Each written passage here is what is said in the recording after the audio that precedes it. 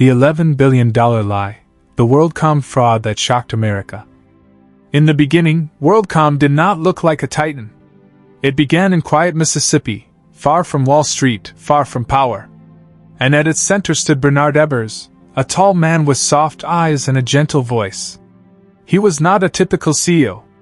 He drove trucks, ran motels, and spoke plain words that made people trust him. He built WorldCom like a man stacking bricks, small, then bigger, then towering. He bought companies the way storms swallow towns. And soon, WorldCom stood beside giants. It was America's pride, the voice that carried calls across oceans, the dream of a country rising with technology. Yet power has a shadow. And success, when fed too fast, grows hungry.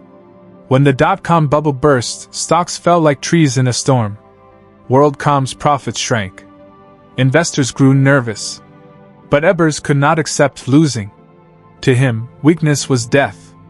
So the numbers were adjusted. Just a little at first, then billions. Expenses quietly turned into investments. Loss turned into fake profit. And the world kept clapping, blind to the cracks forming under its feet. In a quiet corner of the company, Cynthia Cooper noticed numbers that didn't make sense.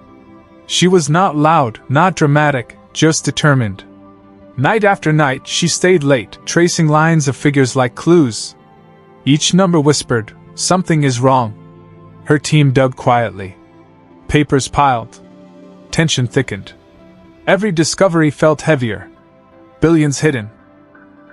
Loss disguised. Truth suffocated. Executives brushed her off. "It will fix itself," they said. But truth does not heal lies, it exposes them. Behind closed doors, Ebbers prayed for a miracle. He wasn't a villain in his own mind. He believed he was protecting his company, his legacy, his pride. Yet pride can blind even the kindest heart. And WorldCom's walls were shaking.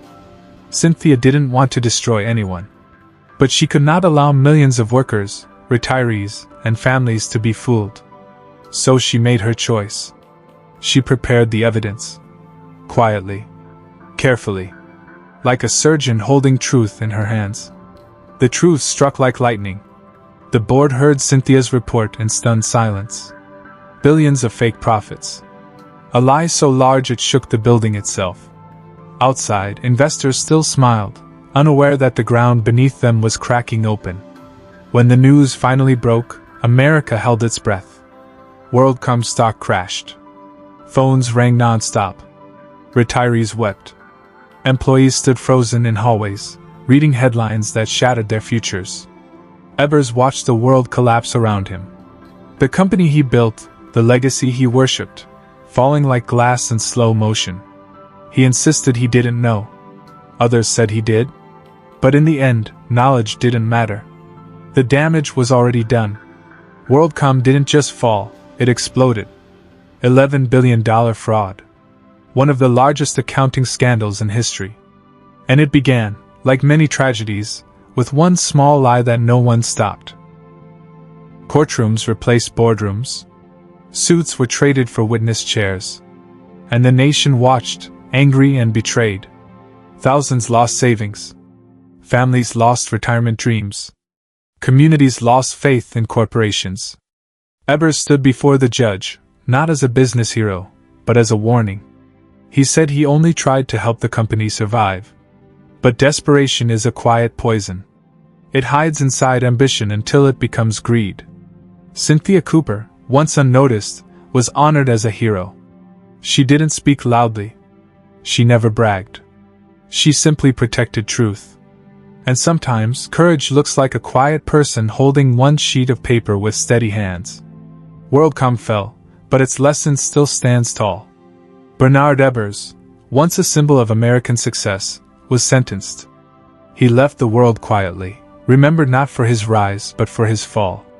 Cynthia Cooper became a symbol of integrity, proof that one voice, steady and honest, can stop giants built on sand. And America learned a bitter truth. Sometimes danger does not wear a mask. Sometimes it wears a suit, smiles kindly, and promises growth. WorldCom became a chapter in history, A reminder that numbers don't lie, unless people do. And when truth comes late, it hurts deeper.